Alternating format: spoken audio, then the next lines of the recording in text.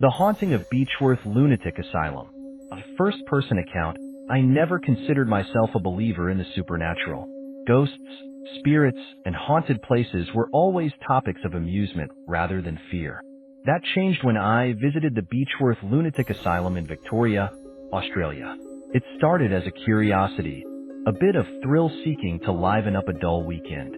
A group of friends and I decided to take a guided night tour of the asylum, intrigued by its grim history and the countless tales of ghostly encounters.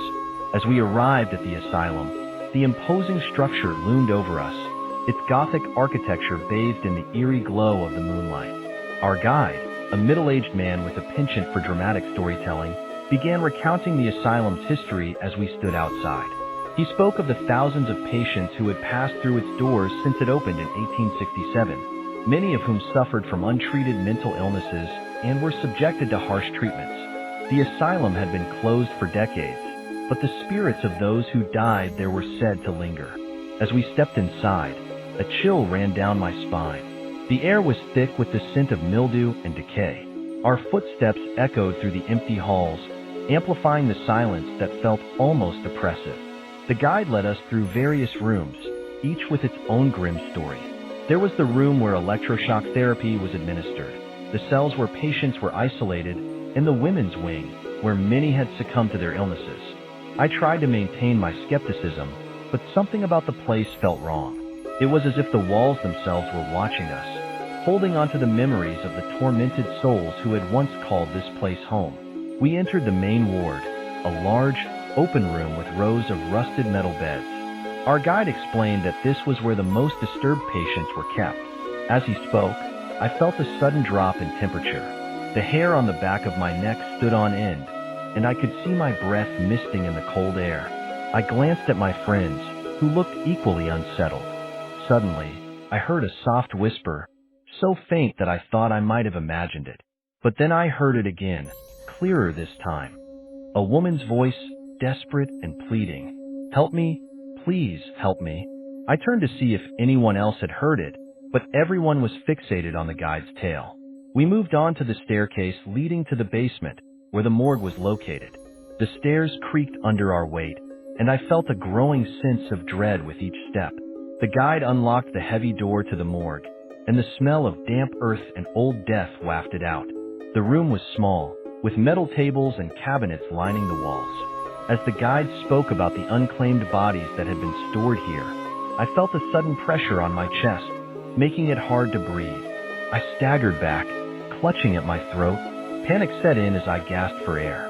My friends rushed to my side, their faces masks of concern and fear.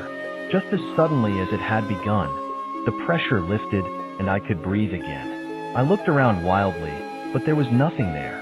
Nothing visible, at least. The guide, noticing my distress, suggested we move on.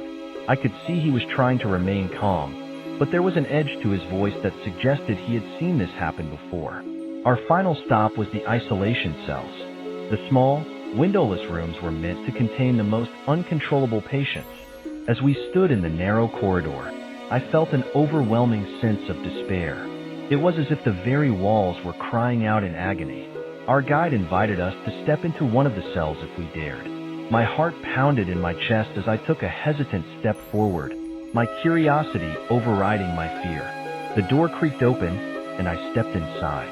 The cell was cold and dark, with only the faint light from the corridor illuminating the space. As soon as the door closed behind me, I felt a presence. It was as if someone was standing right next to me, their breath hot on my neck. I froze, every nerve in my body screaming to flee. Then, I heard it, a low, guttural moan, filled with pain and anger.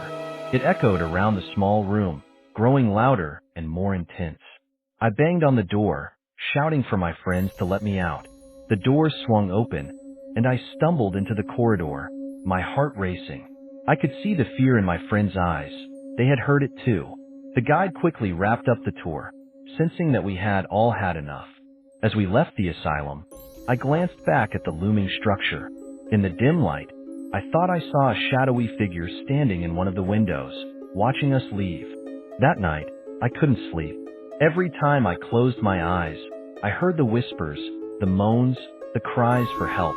The spirits of Beechworth Lunatic Asylum had made their presence known, and I could no longer deny their existence. I still don't know what I experienced that night, but one thing is certain. The Beechworth Lunatic Asylum is a place where the past refuses to stay buried, and the echoes of the tormented souls who suffered there still linger, waiting for anyone brave or foolish enough to listen.